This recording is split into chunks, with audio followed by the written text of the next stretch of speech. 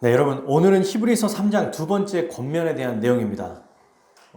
히브리서 저자는 믿음이 흔들리는 성도들에게 1절에서 이렇게 얘기했죠. 예수를 깊이 생각하라. 이렇게 권면했어요. 이 권면에 대한 계속되는 내용입니다. 새롭게 시작되는 게 아니라 권면을 계속해서 우리가 살펴보려고 합니다. 오늘 말씀은 복잡해 보이지만 간단해요. 크게 세 부분으로 나눌 수 있습니다. 7절부터 11절까지는 히브리서 저자가 시편을 인용해서 과거 이스라엘의 이 잘못된 모습, 이걸 통해서 우리에게 마음을 완고하게 하지 마라. 그들처럼 하지 마라. 이렇게 지금 설명하고 있고요. 12절부터 14절까지는 그러면 어떻게 하면 어떻게 하면 이스라엘이 잘못한 것처럼 잘못하지 않고 제대로 살아갈 수 있는가. 이 방법을 제시해요. 방법이죠. 그 다음 15절부터 19절은 그런데도 이 방법을 제시했고 말해줬음에도 불구하고 여전히 거역하고 마음을 완고하게 하면 하나님의 안식에 들어가지 못할 것이다. 이렇게 설명하는 거예요. 그러니까 세 가지죠. 오늘 말씀의 이 핵심이. 첫 번째는 이 과거에 잘못했던 사건을 통해서 교훈을 주는 거예요. 이렇게 하면 안 돼 라고 말하고, 두 번째는 이렇게 하지 않도록 방법을 알려줄게. 세 번째는요, 그렇게까지 알려줬는데도 안 하면 너희는 하나님 나라의 안식에 들어갈 수 없다. 이 얘기를 하고 있습니다. 자, 차례로 한번 살펴볼게요. 7절. 그러므로 읽어볼까요? 그러므로 성령이 이르신 바와 같이. 오늘 너희가 네. 지금 보니까 제일 처음에 뭐라고 말하냐면 그러므로 앞에 했던 얘기를 동시에 이어서 얘기하죠. 그러면서 뭐라고 해요? 성령이 이르신 바와 같이. 지금 여러분 책에 보면은 제 책은 기억이라고 돼 있어요. 7절 뒤에 보면 이게 뭐냐면 구약의 시편을 인용했다라는 표시거든요. 성경에 보면 딱 보면 시편 95편 7절 이하라고 돼 있어요.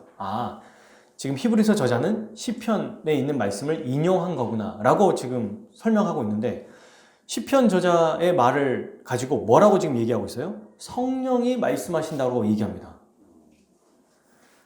그러니까 지금 이 말씀이 누구의 말씀이라는 거죠? 하나님의 말씀이라는 거예요.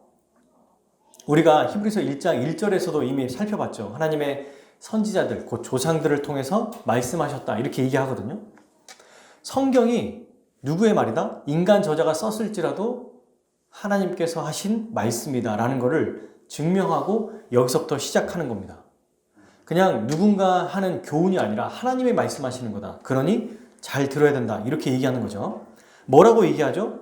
오늘 너희가 그의 음성을 듣거든. 그의 음성이 누구예요? 그가 하나님이시죠. 그는 뭐라고 하냐면 광야에서 시험하던 날에 거역한 것 같이. 이게 수식이에요. 광야에서부터 것 같이. 이게 수식이고, 짧게 얘기하면 이런 거죠. 오늘 너희가 그의 하나님의 음성을 듣거든 너희 마음을 완고하게 하지 말라. 이게 핵심입니다, 여러분. 오늘 그의 음성을 듣거든 너희 마음을 완고하게 하지 마라. 이 얘기가 15절에 나와요. 읽어볼까요? 성경에 일러스되 오늘 너희가 그의 음성을 듣거든 경노하게 하신 것 같이 너희 마음을 어떻게 완고하게 하지 말라. 여러분, 히브리서에 이제 앞으로 보면 오늘이라는 말이 자주 나와요. 근데 여기서 말하는 이 오늘, 히브리서 저자가 오늘이라고 했잖아요. 근데 이 오늘이라는 단어가 어디에 나온 거냐면 시편 95편에 쓰여진 단어입니다. 시편 95편에 이렇게 돼 있어요. 7절에 그는 우리의 하나님이시요 우리는 그가 기르시는 백성이며 그의 손이 돌보시는 양이기 때문이라. 너희가 오늘 그의 음성을 듣거든.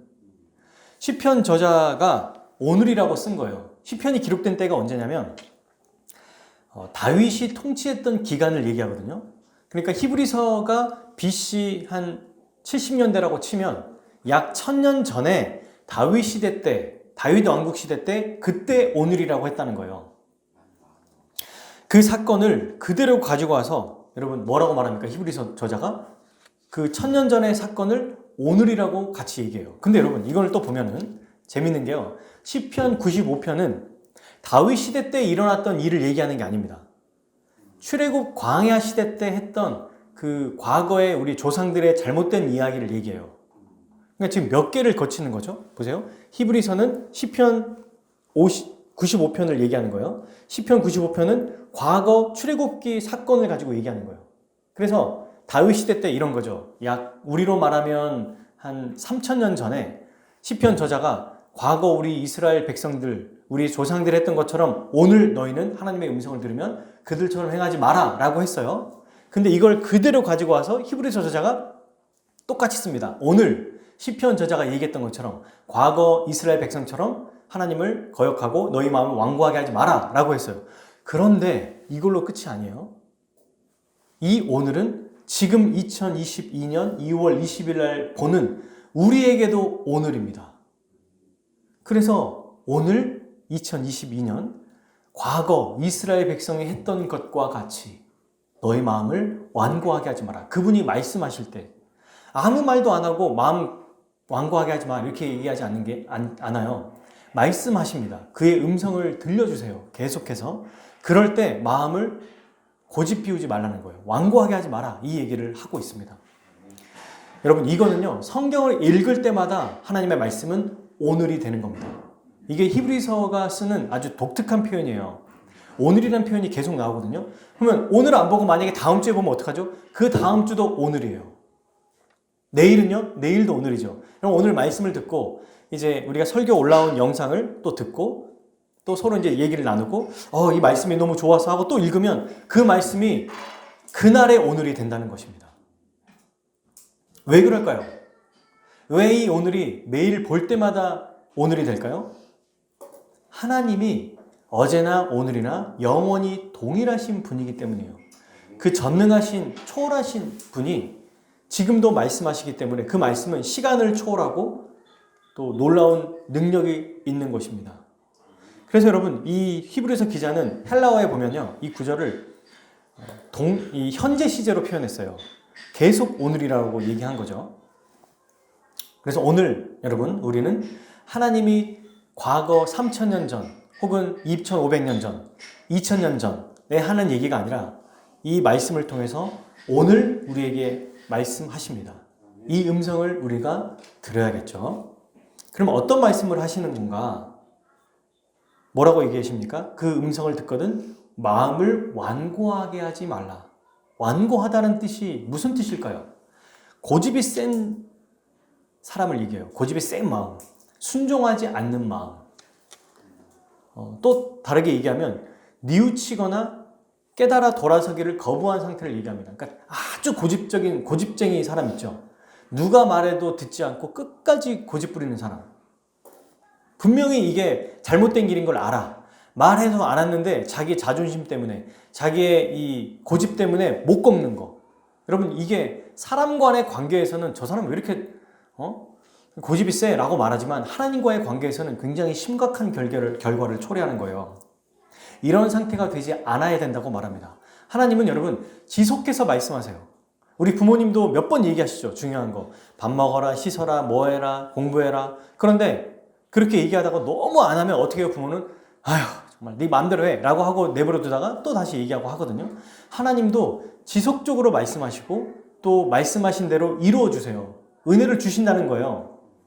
그런데도 그 은혜를 보고도 끝까지 마음을 강팍하게 만들면 이게 똑같은 단어거든요. 강팍하게 되다 완고하다라는 뜻이.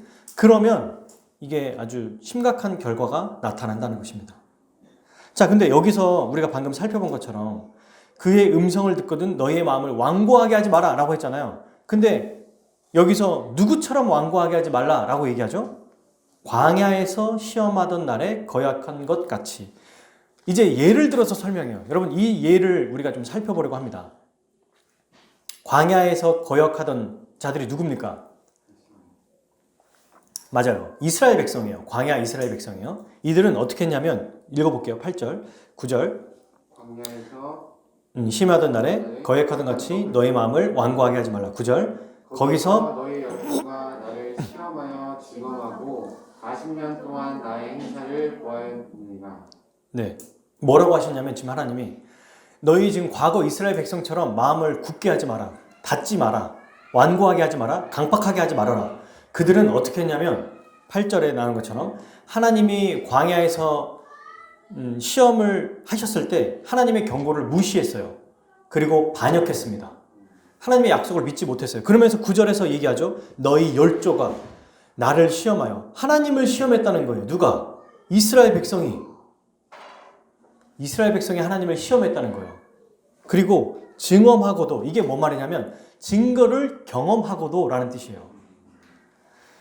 40년 동안 하나님을 시험하고, 이거는 다른 번역본에 보면 하나님을 떠보고 라는 뜻이에요. 여러분, 이스라엘 백성이 하나님을 떠봤어요. 이제 하나하나 보자. 어쩌 이렇게 하나? 이렇게 하면 이렇게 해줄까? 이렇게 떠봤다는 거예요. 그런데 이렇게 떠보는 게 40년 동안 하나님의 증거를 경험하고도 믿지 못하고 반역했는데요. 그 기간이 40년인 겁니다. 대단하지 않나요? 그러니까 이스라엘 백성에게 하나님이 계속해서 말씀하시는데 하나님을 떠봐요. 하는지 안 하는지 보자. 그게 한두 번이면 모르겠는데 40년 동안 이 일을 하고 있다는 거예요. 하나님의 마침내 어떻게 하십니까? 11절, 내가 노하여 맹세한 바와 같이 그들은 내 안식에 들어오지 못하리라 하였다니라. 마침내 하나님이 심판하신다는 거예요. 그러면 이 광야 이스라엘이 하나님께 잘못한 이 반역한 사건이 뭔지를 보는 게 오늘 말씀의 좀 핵심이게 되겠죠. 시편 95편은 두 가지 사건을 설명하거든요. 출애굽기 17장과 민수기 13장입니다. 자, 이제 먼저 우리 두 가지를 좀 살펴보려고 하는데, 출애굽기 17장을 보려면 12장부터 살펴봐야 돼요. 자, 오늘 본문을 그대로 두고 출애굽기로 한번 들어가 보겠습니다. 출애굽기 12장 한번 살펴볼게요. 어떤 잘못을 했는가? 그냥 그들이 거역했다, 잘못했다라고 하는 것보다 직접 본문을 보면 더 분명하게 알 수 있겠죠. 12장의 내용은 여러분, 하나님께서 이스라엘 백성을 애굽의 노예에서 구출을 하신 내용이거든요. 그때 어떻게 하셨냐면 10번째 재앙을 내릴 때 이스라엘 백성에게 이렇게 얘기합니다. 12절 13절 읽어볼까요? 12장 12, 13 시작. 내가 그 밤에 애굽 땅에 두루 다니며 사람이나 짐승을 막론하고 애굽 땅에 있는 모든 처음 난 것을 다 치고 애굽의 모든 신을 내가 심판하리라. 나는 여호와라. 내가 애굽 땅을 칠 때에 그 피가 너희가 사는 집에 있어서 너희를 위하여 표적이 될지라.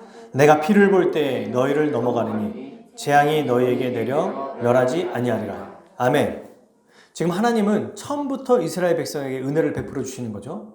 10번째 재앙은 애굽 사람들뿐만 아니라 이스라엘 백성까지도 다 하나님의 심판을 받거든요. 그게 뭐예요? 장자의 죽음입니다. 장자의 죽음이 뭘 의미하죠? 집안의 모든 사람을 대표해요.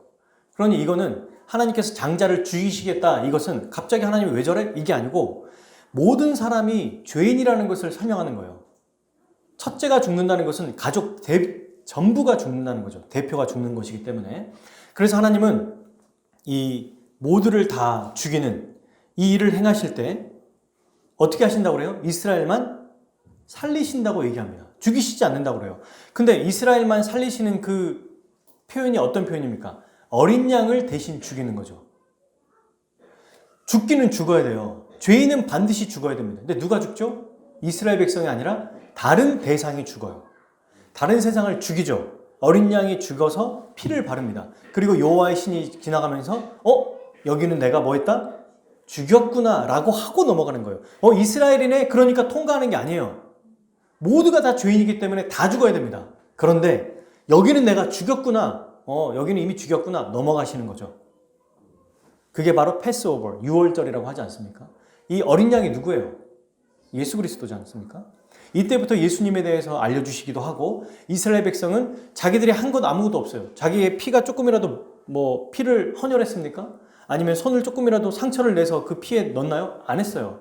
오직 흠없는 어린 양만 피를 흘린 거예요. 한 게 아무것도 없어요. 그리고 그들을 살리시고 구출하셨습니다. 그죠? 그 다음에 이렇게 구출하신 것뿐만 아니에요. 36절 보시면 이렇게 돼 있죠. 여호와께서 애굽 사람들에게 이스라엘 백성에게 은혜를 입게 하사 그들이 구하는 대로 주게 하므로 그들이 애굽 사람의 물품을 취하였더라. 노예가 해방되는 것만으로도 감사한 건데 원하는 것마다 다 가져갈 수 있다요. 그동안 내가 몇십 년 동안 고생했는데 그 애굽 사람이 가지고 있는 막 다이아몬드 목걸이 그거 가져주세요. 그러면 네 하면서 줬다는 거예요. 가축 막 몇 마리 있는데 저 중에 제일 좋은 거 한 5마리 가져와. 이러면은 네 하면서 줬다는 겁니다. 지금 어때요? 해방됐을 뿐만 아니라 먹고 살 수 있고 누릴 수 있는 모든 풍요를 가지고 지금 나왔어요. 그죠? 그리고 13장으로 이르러서 마침내 이제 하나님께서 이스라엘 백성을 데리고 나옵니다. 광야로. 그런데 이 광야가 어떤 곳이에요? 21절, 22절. 너무 광야에 낮에는 덥고 밤에는 추워요. 온도차가 굉장히 급격히 떨어진다고 해요. 그래서 어떻게 합니까? 여호와께서 13장 21절, 22절 읽어볼까요? 여호와께서 그들 앞에서 가시며 낮에는 구름 기둥으로 그들의 길을 인도하시고 밤에는 불기둥을 그들에게 비추사 낮이나 밤이나 진행하게 하시니 낮에는 구름 기둥 밤에는 불기둥이 백성 앞에서 떠나지 아니하니라. 아멘. 구출해 주시고 이제 알아서 가 하신 게 아니고 그분이 먼저 앞장서서 이스라엘 백성을 이끌어 가셨습니다. 더울까봐 구름 기둥이 뭐예요? 구름으로 시원하게 해줬다는 거예요. 불은요 따뜻하게 해줬다는 거예요. 그들의 모든 이 삶의 어려움들을 다 주님께서 해결해 주시고 하나님께서 이끌어 가신 거예요.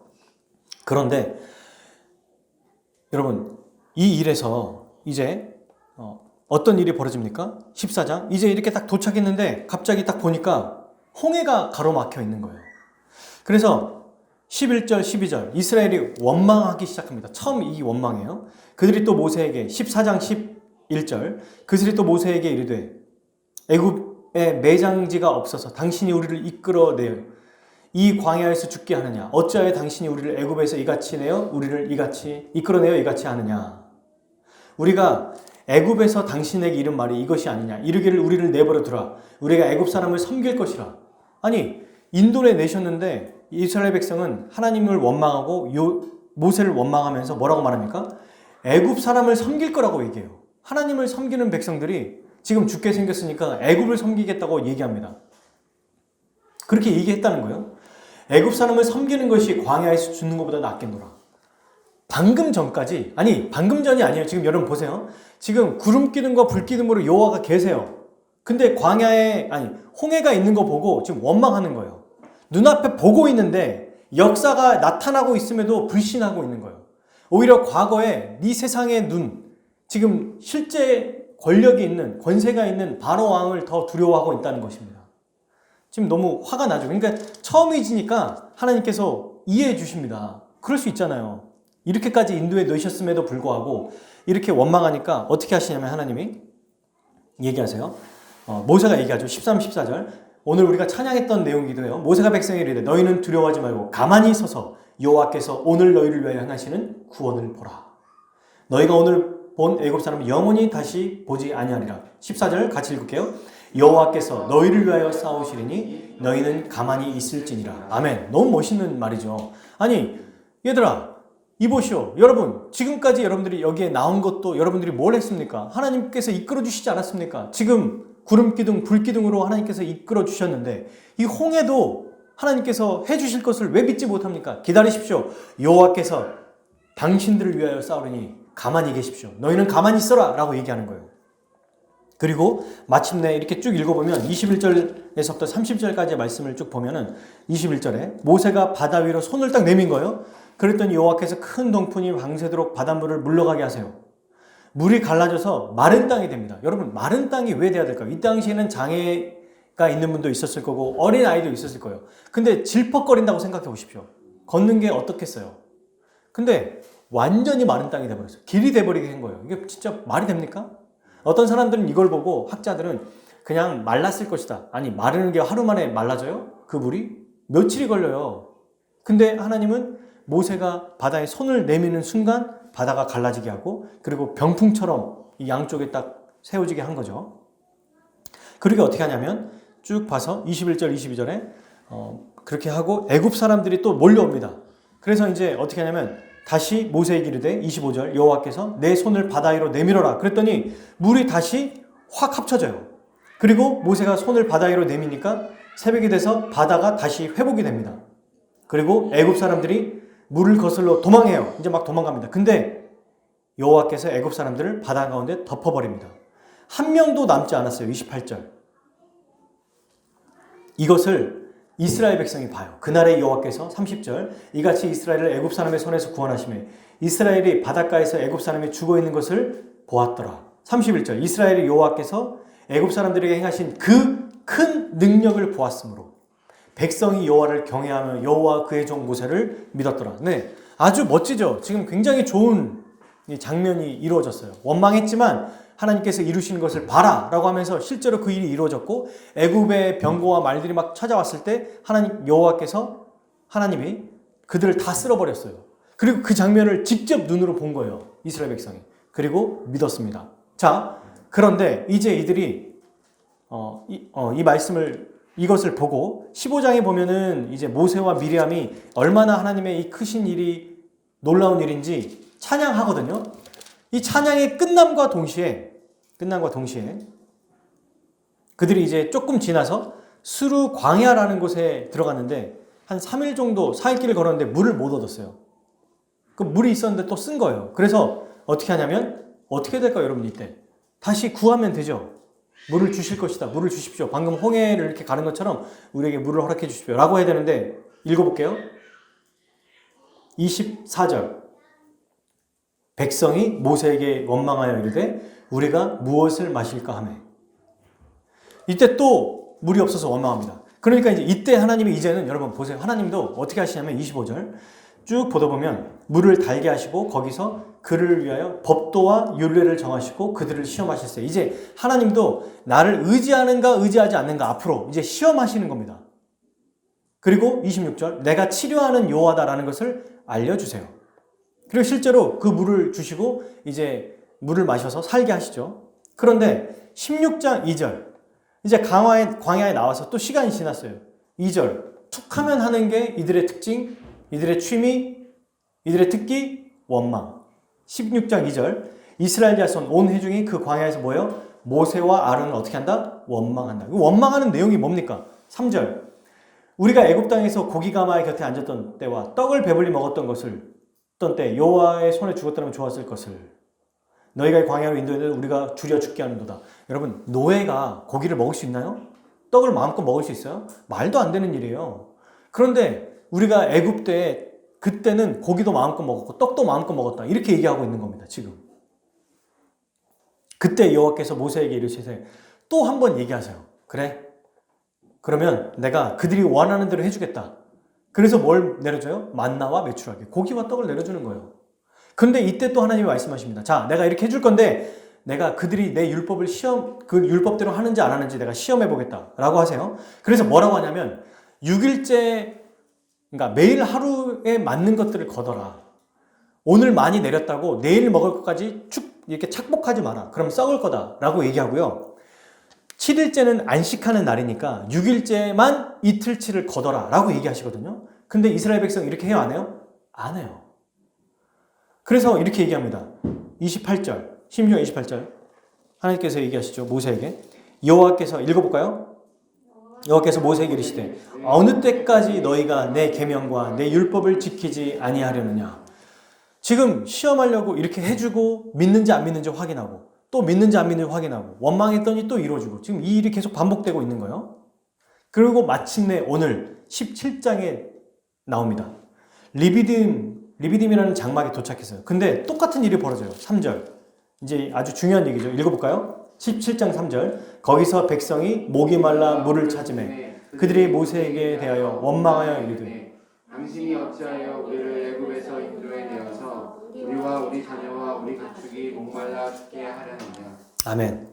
그리고 뭐라냐면 모세가 하나님께 기도합니다. 이들이 내게 돌을 던질 것 같습니다. 여러분 이건 진짜 여기까지 가면 너무한 거 아니에요? 지금까지 계속 하나님께서 이끌어 주시고 응답해 주시고 역사해 주시지 않습니까? 근데 이들이 또 원망을 하고요. 7절 이 원망한 모습을 뭐라고 표현하냐면 출애굽기는 마사 또는 무리바라고 모세가 얘기해요. 이거는 이스라엘 자손이 다투었다. 누구랑? 여호와랑 다투었다는 거예요. 하나님과 다투었다는 거예요. 그리고 그들이 여호와를 시험하여 이르기를 여호와께서 우리 중에 계신가 안 계신가 하였습니다. 지금 이 장면이 뭐냐면 그러니까 시편 95편에서 너희의 마음을 완악하게 하지 마라 라고 하는 이 완악한 마음이 출애굽기 17장에 나와 있는 것처럼 하나님을 시험하는 거, 떠보는 거, 그리고 하나님과 다투는 거. 말이 됩니까?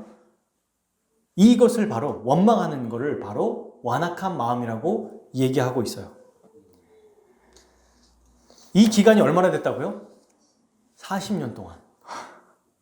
한두 번이 아니고 지금 출애굽기를 우리가 몇 개를 봤지만 모든 사건이 다 기록되어 있는 게 아닌 거 아시죠? 40년 동안의 기록과 행적을 다 쓴 게 아니에요. 중요한 행적들을 기록했는데 얼마나 많이 배반한 사건이 나와 있으면 40년 동안 그렇게 많은 능력을 체험하고 경험했음에도 끝까지 마음을 굳게 했다는 것입니다. 완고하게 했다는 거예요. 여러분, 하나님은요, 우리가 한 번 잘못했다고 우리를 내치지 않습니다. 끝까지 계속해서 우리에게 말씀하세요. 지속적으로 말씀하세요. 언제까지? 계속해서. 그런데 마지막까지 그의 말씀을 듣고 돌아서지 않으면 그분도 우리에게 심판하십니다. 왜 그럴까요? 공의의 하나님이시니까. 공의로우신 분이니까 그렇게 한 거죠. 자, 그리고 또 하나의 사건이 있어요. 민수기 13장 한번 살펴볼게요. 민수기 13장.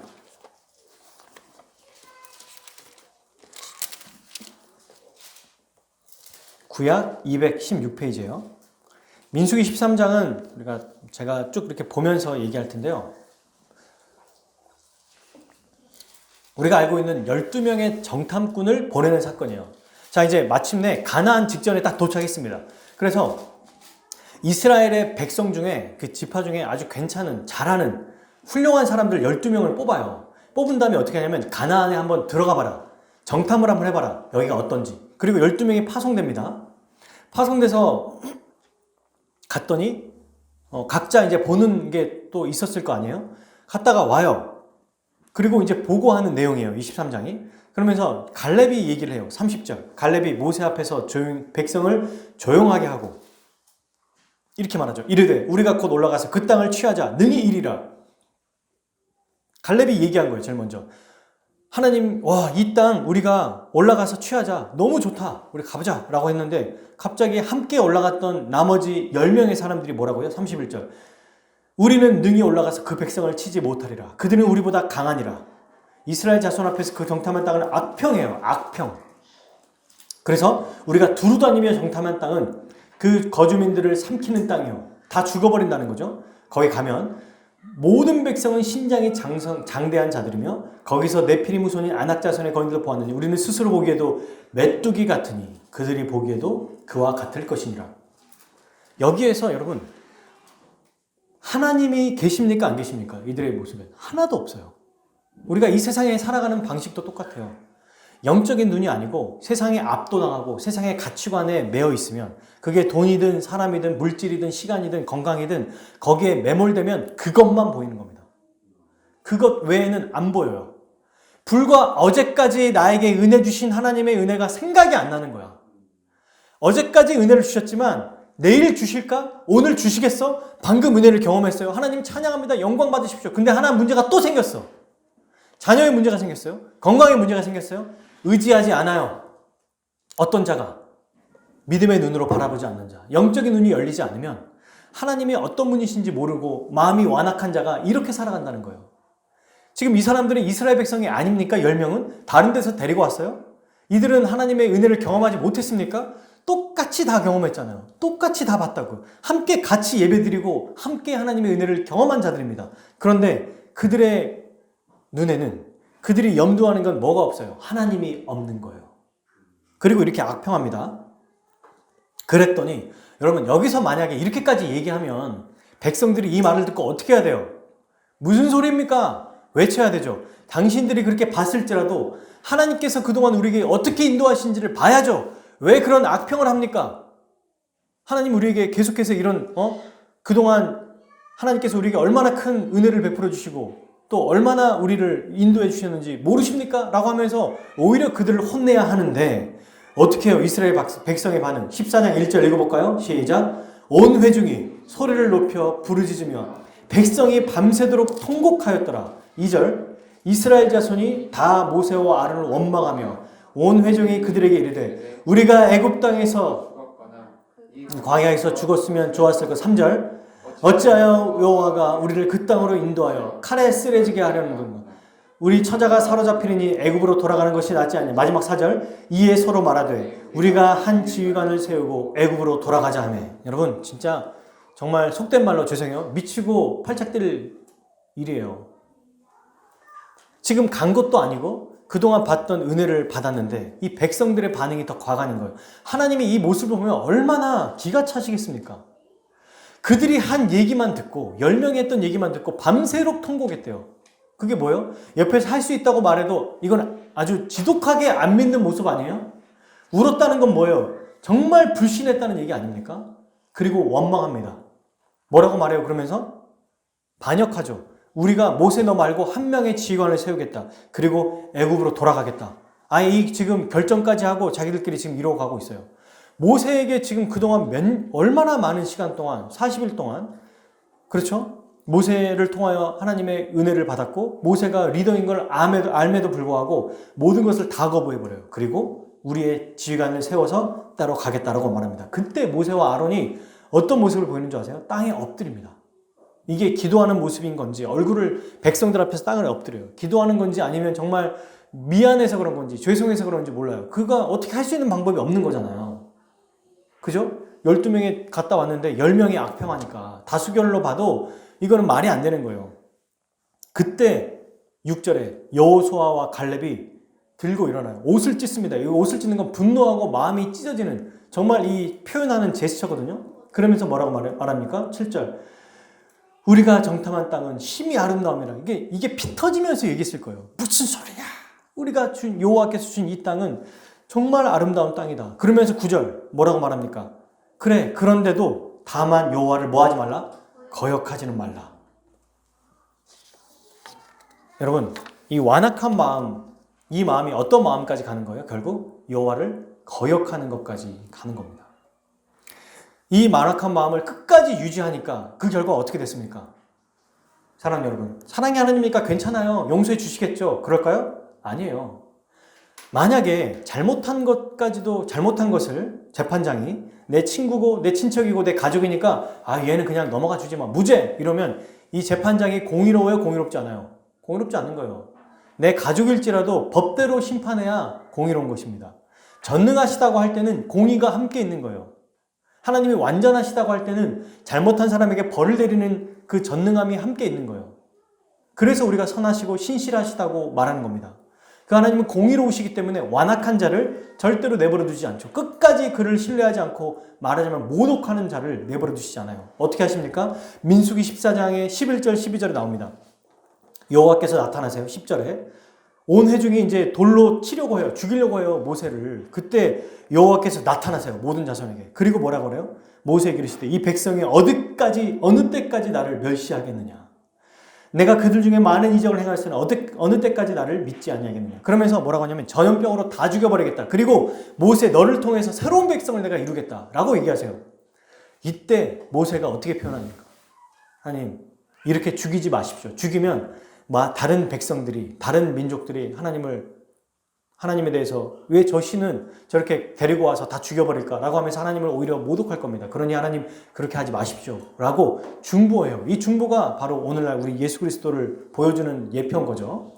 그래서 어떻게 하냐면 하나님께서 알겠다 라고 하고 내가 네 말대로 그렇게 해주겠다라고 얘기하십니다. 그게 하나님의 응답이 20절 여호와께서 이르시되 내가 모세 네가 말한 대로 하겠다라고 말씀하세요. 그런데 이제 그러니까 이 백성들 다 없애버리진 않지만 그들이 잘못했던 거에 대한 대가는 치르게 하시는데요. 그 대가가 바로 27절과 28절입니다. 읽어보겠습니다. 나를 원망하는 이 악한 회중에게 내가 어느 때까지 참으랴. 이스라엘 자손이 나를 향하여 원망하는 바 그 원망하는 말을 내가 들었노라. 민수기 14장 28절이에요. 그들에게 이르기를 여호와의 말씀에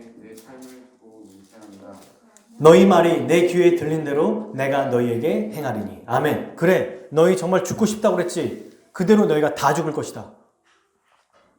이 말씀 너희 말이 내 귀에 들린 대로 내가 이루겠다. 이거는 긍정적인 분위기에서 하신 얘기입니까? 아주 부정적인 분위기에서 하신 얘기입니까? 부정적인 분위기예요. 이건 긍정적인 얘기가 아니에요. 나 정말 죽고 싶어. 나 너무 힘들어. 나 학교 안 갈래. 그래 가지 마. 할 때 이런 것처럼. 너 정말 안 간다고 그랬지? 그럼 가지 마. 너 하지 마. 라고 말하는 건 똑같아요. 긍정적인 분위기가 아닙니다. 그러니까 아주 무서운 심판의 이야기예요. 근데 뭐라고 하십니까? 네 귀에 들린 대로 네가 죽고 싶다고 한 대로 그대로 죽을 것이다. 그리고 뭐라고 하시냐면 이들이 출애굽해서 가나안 앞에까지 며칠 만에 왔냐면 40일 만에 왔거든요. 근데 하루를 1년으로 계산해서 이제 너희가 40년이 걸릴 것이다. 40년 동안 뺑뺑뺑 돌아서 가나안에 들어갈 것이다. 이게 첫 번째 하나님이 내린 심판이에요. 그리고 두 번째 심판은 여호와와 갈렙 말고는 20세 이하 빼고 너희 다 죽을 것이다 라고 말씀하십니다. 그리고 세 번째 심판이 뭐냐면요, 36절과 38절 보세요. 정탐하고 돌아와서 악평했던 자들 있죠, 온 회중에게. 37절, 그 자들 어떻게 됩니까? 여호와 앞에서 재앙으로 죽었고, 이 재앙으로 죽었다가 끔찍한 병으로 죽었다는 거예요. 모두가 보는 앞에서, 하나님 앞에서. 그런데 누구는 안 죽었어요? 여호수아와 갈렙은 생존하니라. 이 얘기를 딱 들으니까 백성들이 어떻습니까? 실제로 보니까 죽은 거를 그 자리에서 죽고 또 하나님께 심판받는다는 이 말씀을 들으니까 어때요? 슬프겠죠? 그래서 슬퍼해요. 39절, 백성이 크게 슬퍼해요. 그러면서 어떻게 합니까? 시키지도 않는 일, 하나님이 이제는 끝났어요. 하나님이 말씀하셔서 끝났거든요. 이제는 가지 마라 라고 했는데 그들이 뭐라고 하냐면, 아니요, 다시 그러면 하나님 말씀대로 우리가 처음에 하나님 배반하기 이전에 말씀하신 그대로 하겠습니다. 그랬더니 모세가 뭐라냐면, 아니 하지마, 하나님께서 하지 말라고 했는데 왜 하려고 해? 라고 했더니 이들이 아니다, 우리가 다시 해보겠다라고 해요. 그리고 가나안 땅을 정복하려고 갑니다. 어떻게 되겠어요? 하나님 함께 하시지 않거든요. 45절, 그들을 무찌르고 호르마까지 이르더라. 이스라엘이 완전히 패배했어요. 이게 여러분 오늘 히브리서 3장에서 완악한 마음을 가진 자의 최후의 모습입니다. 그걸 뭐라고 표현해요? 다시 히브리서 3장으로 가면 3장 11절에 뭐라고 말합니까? 읽어볼까요? 내가 노하여 맹세한 바와 같이 그들은 어디에? 내 안식에 들어오지 못하리라 하였다 하였느니라. 아멘. 하나님의 안식에 들어가지 못해요. 누가? 하나님을 경노하게 한 자. 그게 바로 15절, 16절에 나오죠. 이들이 누구라고 말합니까? 모세를 따라 애굽에 나온 자들이에요. 17절, 40년 동안 누구에게 노했다고요? 하나님이 택하셨지만 하나님의 백성이에요, 여러분, 이들이. 그런데 끝까지 하나님께 순종하지 않았던, 완악했던 자들, 시체가 된 자들입니다. 그들이 어떻게 됐다? 18절 한 번 더 얘기하죠. 순종하지 않아서 안식에 들어오지 못했다. 아주 무서운 얘기입니다. 끝까지 완악한 자는요, 참되게 믿지 않는 자라는 걸 증명하는 거고 결국 자기가 불신자라는 것을 보여주는 거예요. 자, 그러면 우리는 이제 앞으로 이 말씀에서 세 가지를 제가 좀 살펴보려고, 크게 두 가지를 좀 보려고 해요. 첫 번째, 하나님께 심판받는 이 완악한 마음이 대체 무엇인가, 세 가지를 살펴보고 이것을 극복하는 방법이 무엇인가를 좀 살펴보려고 합니다. 자, 첫 번째, 하나님이 심판하시는 완악한 마음은 불평하는 마음을 말합니다. 불평하는 마음이에요. 이게 뭐냐면 하나님과 다투는 걸 말하는 거거든요. 다투다가 뭐예요? 의견이 다르다는 거예요. 그러니까 이런 의견을 얘기하고 나도 이런 의견을 얘기하고 굽히지 않고 싸우는 거예요. 그게 바로 불평하는 거거든요. 이거는 하나님의 지혜, 하나님의 선하심, 하나님의 인도를 의심하는 거예요. 하나님이 의견을 주셨는데 그거 왠지 좀 안 맞을 것 같은데요? 나는 그거 못 믿겠는데요? 라고 하면서 불평하는 것입니다. 자기 뜻대로 안 되니까 하나님을 대적하는 거죠. 불평은 어떻습니까, 여러분? 감사가 없어요. 그냥 기분 내키는 대로 하면 되는 거예요. 그게 바로 불평이죠. 은혜가, 여러분, 불평이 언제 나오냐면 은혜가 떨어지고 믿음이 없을 때, 믿음이 뭔가 더 적극적으로 나타나지 않을 때, 믿음이 떨어지고 은혜가 없을 때, 말씀으로 충만한 은혜를 못 받을 때, 신자임에도 불구하고 계속해서 지속적으로 하나님의 말씀을 듣고 충만해지고 말씀으로 영광을 맛봐야 되는데 그걸 못 보면, 한 주만 못 봐도요, 성도가 한 주만 그걸 못 봐도 불평, 불만이 나타납니다. 이게 너무 신기한 일이 바로 이거예요. 일주일에 한 번, 아니 사실은 매일 하나님의 말씀을 그래서 보라고 하죠. 매일 말씀을 연구해야 되고 말씀을 들으라고 하잖아요. 기억하라고 하잖아요. 근데 그걸 기억하지 않는데 더 심각한 건 일주일에 한 번 이 말씀을 안 들으면 불평과 불만이 쌓입니다. 이게 계속되면 어떻게 될까요? 말씀을 들었는데도 그 복음의 말씀을 못 듣고 괴롭고 고생하면 영적인 침체에 빠져요. 못 태어나요. 신자는 맞아. 근데 항상 마음이 우울해. 기쁘지 않아. 행복하지 않아요. 은혜와 평강이 없습니다. 왜요? 말씀이 없으니까. 그래서 뭐만 남습니까? 불평만 남기 시작해요. 불만만 나타나기 시작해요. 마음이 완악해지기 시작합니다. 점점 고집이 세져요. 연세가 들수록 사람이 더 고집이 세진다? 그것은 여러분, 마음이 점점 더 고집이 세진다는 불만과 불평이 더 많아진다는 거거든요. 근데 여러분, 이거는 우리가 생각해 봐야 돼요. 저는 그래도 신앙적인 부분에 대해서는 불평하지 않습니다. 저 가족에 대해서 불평하는 거고, 직장에 대해 불평하는 거고, 우리 집에 대해서 불평하는 거예요. 내 건강에 대해 불평하는 거지, 실제로 교회와 하나님께 불평하는 게 아닙니다. 라고 할지라도 그 불평은 누구에게 향한 거예요? 우리를 창조하시고 이끌어주시고 섭리하시고 오늘 우리가 읽었던 작정하시는 하나님께 향하는 거예요. 왜 내게 이런 상황을 주셨는가? 왜 우리 가족은 이런가? 왜 내 삶은 이런가? 왜 우리 집은 이런가? 라고 하면서 모든 불만과 불평이 하나님께 향하게 되는 것입니다. 이게 바로 여러분, 불평하는 마음이에요. 원망하는 마음. 계속되면 영적인 침체에 빠져서 다시 말씀을 들어야 회복되는데 이걸 못 들으니까 계속해서 불만과 불평이 생겨요. 가족이 화목하지 않습니다. 정말 신기한 일이에요. 말씀을 들으면 가족이 화평이 되거든요. 우리가 경험한 적 있죠? 우리는 다 예전에 우리 교회에 있다가 또 떠나신 분들의 가정을 보고도 우리 알 수 있지 않습니까? 자녀들이 교회 안 다녔다가 나오니까 말씀으로 회복되는 거. 우리 가족만 봐도 알잖아요. 우리만 봐도 알잖아요. 그런데 여기서 벗어나면 우리 교회만이 아니라 말씀이 선포되는, 정말 복음의 말씀이 선포되는 것에서 벗어나면 듣는 게 없으니까, 말씀의 능력이 안 나타나니까 우리 힘으로는 계속해서 불만과 불평이 억제가 안 되는 거예요. 계속 그게 나오는 겁니다. 여러분 생각해 보십시오. 월요일 날 가면 이 세상의 가치관, 또 다시 나와 다른 사람을 비교하고 내 돈이 많은지 적은지 늘 상대적으로 비교해서 궁핍하고 돈 없고 어렵고 삶에 불안하고 노후 준비, 직장 준비, 여기에 우리가 걱정할 것들이 산더미예요. 그러면 어떻게 됩니까? 정부, 기관, 직장, 가족, 나, 불만, 불평이 쏟아지기 시작합니다. 여러분, 이런 이 불평하는 마음이 꼭 하나님을 향한 것이 아닐지라도 우리에게 있는지를 점검해 봐야 돼요.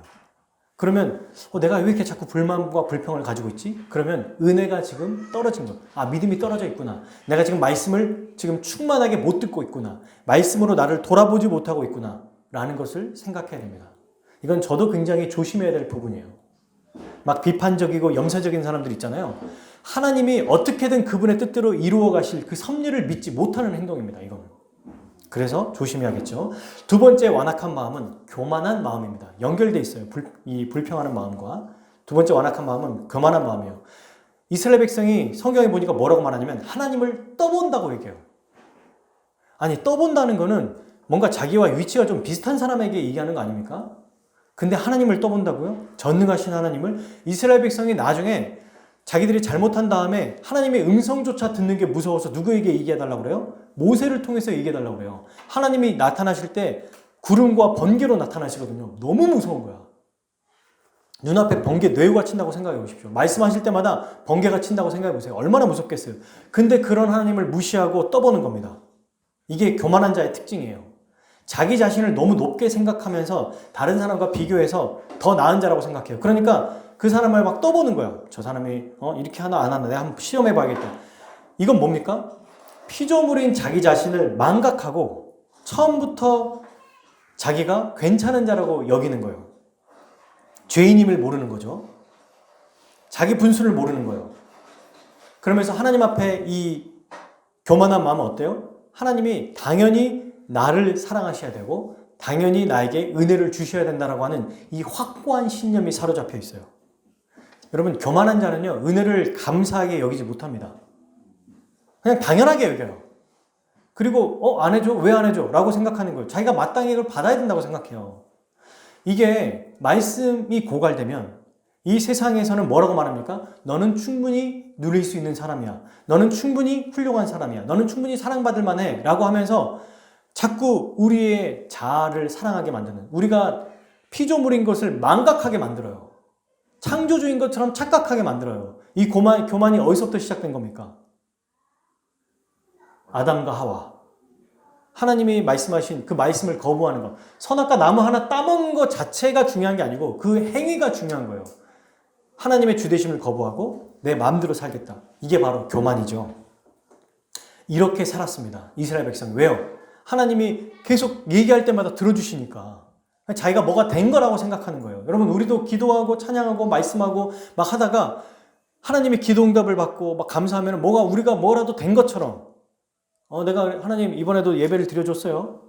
기도했어요. 헌금해줬어요. 또 이렇게 했어요. 그러니 해주셔야 됩니다. 당연하죠. 왜 안 해줘요? 어쩌 안 해줘요?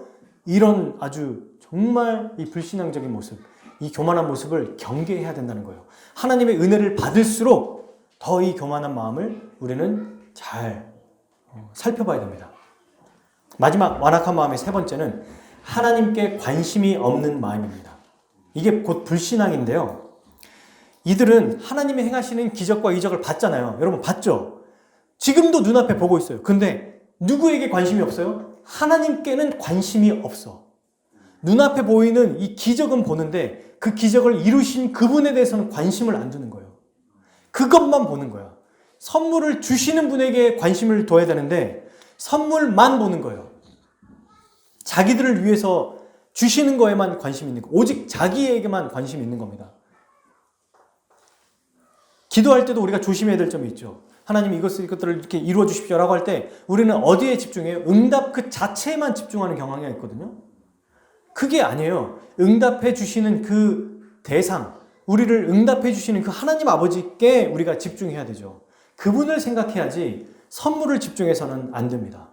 근데 만약에 응답하시는 그분을 집중하지 않고 그냥 선물만 보고 살아가는 자는 어때요?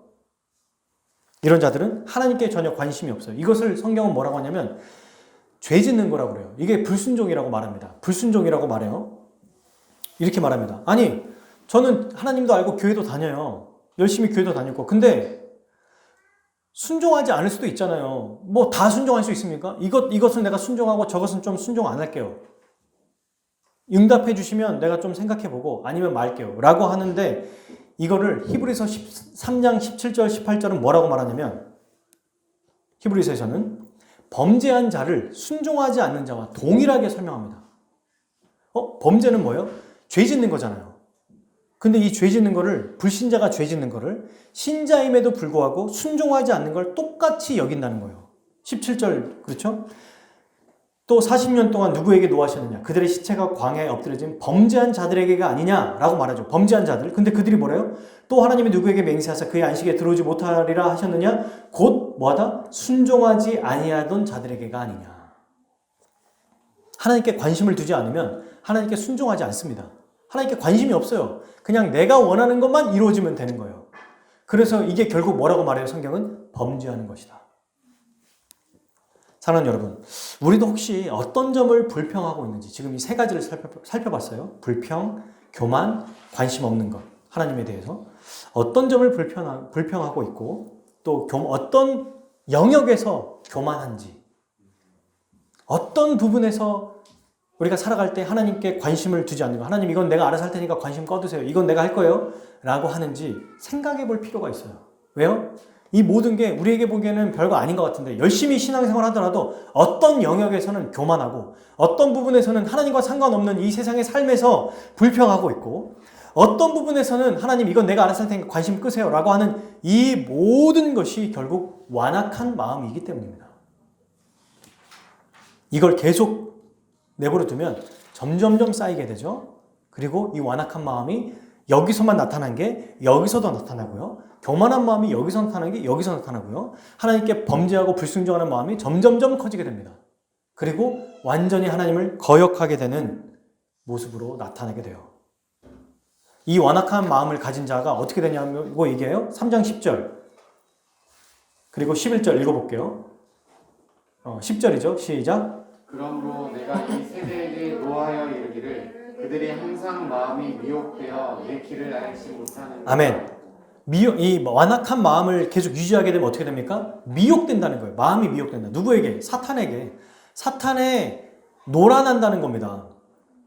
더 많은 소욕을 위해서, 더 많은 소유를 위해서, 더 많이 돈을 벌기 위해서, 더 많이 내가 더 잘 되기 위해서 아주 마음이 굳어진다는 거예요. 열심히 신앙생활 할지라도 이렇게 될 수 있다는 것입니다. 그리고 이렇게 살게 되니까 어떻게 돼요? 하나님의 길, 내 길, 이게 하나님의 길이죠. 그 길을 몰라요. 하나님의 뜻을 전혀 몰라요. 이거 하나님의 뜻일 거야. 이렇게 살아야지. 남이 봤을 때는 겉으로 뭔가 하나님의 뜻대로 살아가는 것처럼 보이지만 전혀 하나님을 기쁘시게 하지 않는 하나님의 뜻과 반대되는 삶을 살아가는 것입니다. 사랑하는 여러분, 이제 그러면 끝으로 마음이 완악해지지 않기 위해서 우리는 어떻게 될까요? 우리 힘으로 될까요, 이게? 안 돼요. 이스라엘 백성도 실패했어요. 40년 동안 한 번도 성공하지 못했다고 말합니다. 근데 우리가 하겠습니까? 불가능합니다. 그러나 우리 주 예수 그리스도는 가능하시죠. 예수님을 믿는 우리는 과거 이스라엘과 달라요. 우리는 과거 옛 언약 백성과 다릅니다. 왜요? 예수님을 믿는 순간 무엇이 됐습니까? 새로운 피조물이 되었기 때문에 그래요. 믿는 순간 성령께서 우리 안에 오셔서 역사하시기 때문입니다. 믿을 때 어떤 일이 벌어졌습니까, 여러분? 믿을 때 에스겔 36장 26절 또 새 영을 너희 속에 두고 새 마음을 너희에게 주되 너희 육신에서 어떤 마음? 굳은 마음을 제거하고 부드러운 마음을 줄 것이며 완악한 마음이 새 영을 받아서 부드러운 마음이 된다는 거예요. 예수님을 의지할 때 가능한 것입니다. 그분이 우리를 새로운 존재로 만드셨고 새로운 존재로 살아갈 수 있게 행하세요. 과거 이스라엘 백성은 못했어요. 새 영을 받지 못했기 때문에. 우리는 성공할 수 있습니다. 우리는 그런 자가 된 거예요. 예수 그리스도를 통해서. 우리 힘으로 되는 것이 아닙니다. 그러면 성령님을 받은 우리는 예수님을 의지함으로 구체적으로 어떻게 살아야 될까? 세 가지를 설명할 거예요. 첫 번째, 삼위 하나님을 아는 지식이 계속해서 자라가야 됩니다. 하나님을 아는 지식이 자라가야 된다는 거예요. 계속해서 하나님을 알아야 된다는 것입니다. 이건 성경을 통해서 가능하죠. 성경을 통해서 하나님을 아는 게 뭘 아는 거예요? 하나님이, 예수님이 어떤 분이시고 어떤 일을 행하셨는지를 알아야 된다는 거예요. 지속적으로 알아야 된다는 것입니다. 그게 뭐죠? 그 방법이 뭐예요? 성경을 통해서. 멈춰 있으면 안 돼요. 지금 우리가 하나님을 아는 정도가 이 정도라고 해도 계속해서 그분에 대해서 알아가야 됩니다. 말씀을 통해서. 근데 이게 어떻게 가능할까? 가능합니다. 하나님은요, 우리에게 지속적으로 말씀하시는 분이시기 때문이에요. 계속해서 말씀해 주세요. 우리가 그의 음성을 들으려고 어디 광야로 가거나 아니면 어디 고해하러 갈 필요가 없어요. 우리를 훈련을 시키려고 사막에 갈 필요도 없어요. 그냥 하나님의 말씀을 보면 되는 거예요. 3000년 전에, 2500년 전에, 2000년 전에 말씀하시는 그 하나님이 오늘도 2022년 2월 20일 화목교회 또는 이 시간 많이 드려지는 목사를 통해서 하나님이 지금도 우리에게 말씀하고 계십니다. 그래서 이 말씀을 들을 때 어떻게 해야 돼요? 완고하게 하면 안 됩니다. 받아들여야죠. 잘 받아들이면 돼요. 하나님을 아는 지식을 계속해서 자라가게 되겠죠. 그 말씀을 하실 때 받아들여야 된다. 그럴 때 여러분 우리는 완고한 마음이 부드러운 마음으로 계속해서 살아가게 될 것입니다. 그리고 두 번째, 그러면 이 하나님을 아는 지식이 계속해서 자라가야 되는데 하나님이 이렇게 우리에게 말씀하실 때 어떻게 될까요? 어린 아이와 같은 마음으로 받아들여야 돼요. 어린아이는 막 고집도 있잖아요. 맞아요. 그런데 어린 아이들, 영유아 아이들은요, 우리 승원이나 또 우리 한 예성이 정도 나이 되면은 이 아이들에게 부모가 말하는 걸 그대로 들어요. 고지고대로 들을 때가 있다는 것입니다. 그냥 그걸 그대로 고지고대로 듣는 것. 이게 바로 우리가 완악한 마음에서 제거되는 부드러운 마음으로서 살아가는 자들의 모습인 것입니다. 제가 예전에 굉장히 신기한 경험을 한 적이 있어요. 어떤 아이가 이제 그때가 어떤 그 대형 마트였는데 그 마트에서 아이가 엄마가 이제 아이를 딱 기다리고 있고 아이가 이제 오고 있는 거리예요. 제가 친구랑 이렇게 앉아서 보고 있는데 저는 그 맥도날드라는 곳에서 그 근처 이제 거기에서 앉아서 같이 햄버거를 먹고 있는데 엄마가 이제 저기서 아이를 부르면서 이리 와 우리 아들 뭐 아들이었던 것 같아요. 그래서 막 이렇게 부르는데 애가 이제 책가방도 메고 또 뭐 만들기를 했었나 봐요. 그걸 뭐 들고 이렇게 오더라고요. 엄마한테 자랑하려고 오는 겁니다. 유치원생이. 그리고 오다가 갑자기 그 엄마 손에 아이스크림 들리는 걸 보고 그걸 다 던져버리고 그냥 아이스크림만 보고 쫓아가는 거예요. 엄마를 안 보고 아이스크림만 보고. 그거 보고 굉장히 제가 신기했지만 하나 깨달은 게 있어요. 적의 어린아이와 같이 하나님 앞에 나아가는 것이다. 그분이 말씀하시면 다른 거 이런 거 저런 거 생각하지 말고 그냥 그 말씀을 그대로 받아들이는 거예요.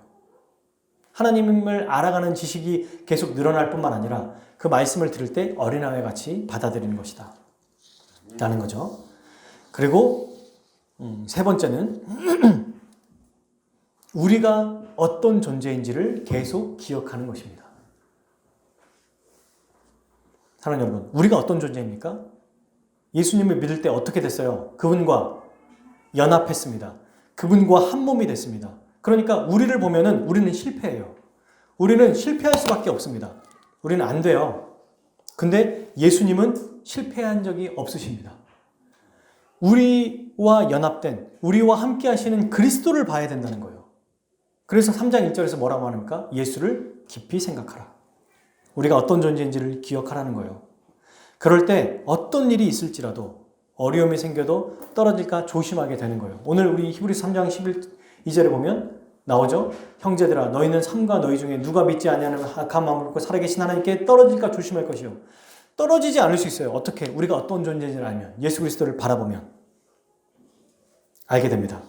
여러분, 예수님을 바라본다는 것, 우리가 어떤 존재인지를 기억하는 것은 이거예요. 처음에 우리가 예수님을 믿었을 때 생겼던 감정과 체험을 의존하는 게 아닙니다. 이거는 사그라져요. 이걸 믿으면 실패할 수밖에 없어요. 첫사랑이신 예수님, 그때를 다시 내가 회복했으면 좋겠어요. 아니에요. 그게 아니에요. 그거는 그 경험과 그 믿음이 우리를 붙들어주지 못합니다. 우리가 어떤 존재인지 믿음을 붙잡는 거여야지 감정과 체험이나 우리가 어떤 그 사건을 의지해서는 안 돼요. 날마다 우리는 수많은 그 기적과 체험이 있을지라도 예수 그리스도를 보고 그분께 집중해야 돼요. 이스라엘 백성이 어땠어요? 홍해, 수많은 경험, 만남의 추락이, 그때 그들이 처음 이스라엘 백성이 넘어갔을 때 6월절 어린 양 혹은 홍해를 봤을 때 그 기분은 우리가 느꼈던 처음 예수님을 알았던 그때보다 훨씬 더 클 거 아니에요. 근데 그 경험은 계속됐어요? 계속하지 못했어요. 기적은, 그 사건은 그냥 그걸로 끝났습니다. 계속해서 하나님을 바라봐야 되죠. 눈을 들어 뭘 봐라? 산을 봐라. 너희 도움이 어디서 올고. 그리스도를 계속 깊이 생각해야 됩니다. 그분이 우리에게 보내주신 하나님, 우리 주 예수 그리스도가 누구신지, 우리에게 어떤 일을 행하셨는지, 믿을 때 우리가 어떻게 되었는지, 성령을 받아 우리가 어떤 존재가 되었는지를 기억하는 것이 바로 마음을 완악하게 하지 않는 방법입니다. 주님 오늘 또 마음이 완악해졌어요. 불평과 불만이, 교만한 마음이, 하나님께 관심 없는 마음이 생겼어요. 이때 어떻게 해야 되죠? 주님께 내가 연합됐죠. 주님이 내게 은혜 주시죠. 맞습니다. 다시 주님 앞에 나아갑니다. 라고 하면서 우리의 마음을 부드럽게 유지해야 된다는 것입니다. 이 모든 것은 어디에서 이루어진다고 얘기하죠? 마지막이에요. 이제 다 했습니다. 14절. 히브리서 3장 14절 읽어볼까요? 아니죠. 10 맞나요? 네, 맞죠? 13절인가요? 네, 13절이네요. 죄송해요. 13절 같이 읽어볼게요. 시작. 오직 오늘 일하는 동안에 매일 피차 공면하여 너희 중에 누구든지 죄의 이름으로 완고하게 되지 않도록 하라. 아멘. 혼자 하라고 하지 않고요. 오직 오늘이라 일컫는 동안에 매일 피차, 서로 권면하라고 얘기합니다. 그리고 우리 중에 누군가 약한 점이 있고 어떤 죄의 유혹에 빠진 자가 있으면 그 사람이 완고해지지 않도록 도와주라는 얘기예요. 여러분, 목사도요, 목사 그룹에 있을 때 안전합니다. 혼자 있으면 몰라요. 내가 잘하고 있다고 생각하고 착각합니다. 성도들이 막 좋아해 주잖아요. 근데 겉으로는 말 안 할 때가 있거든요. 속으로 막 이게 골마 썩어요. 근데 잘하고 있다고 생각해. 하지만 나를 객관적으로 봐야 될 필요가 있습니다. 그래서 제가 우리 목회자 그룹 안에 있으면 지난주 수련회 하면서도 내가 이런 점이 부족하구나. 이런 게 보이는 겁니다. 성도들은요, 혼자 신앙생활하고 혼자 예배드리고 혼자 찬양하는 사람은 모릅니다. 자기가 어떻게 살아가는지를 몰라요. 근데 같이 생활하면 보이거든요. 그럴 때 어떻게 해야 돼요? 함께 권면하고 피차 잘 해보자고 또 얘기하고 위로하는 거죠.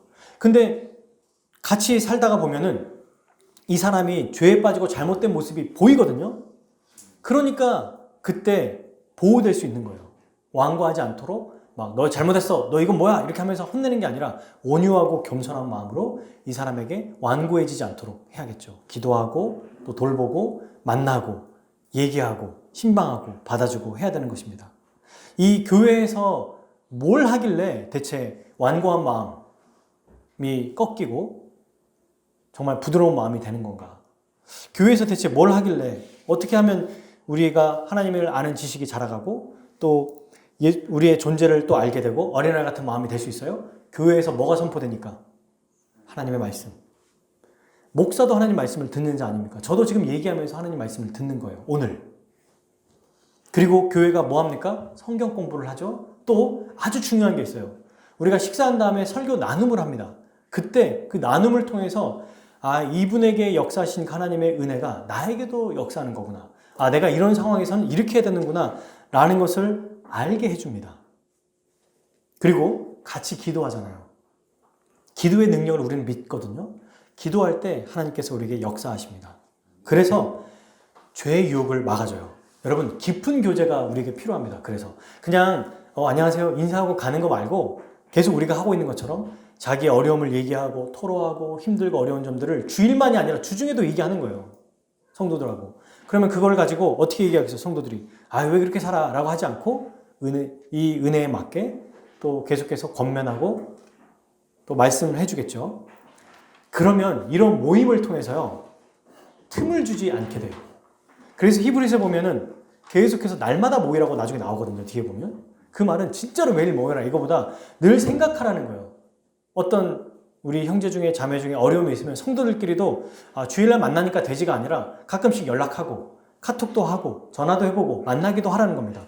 그러면 어떻게 되냐면 죄가 틈타지 않게 돼요. 이게 바로 교회로 살아가는 아주 장점이라는 것입니다.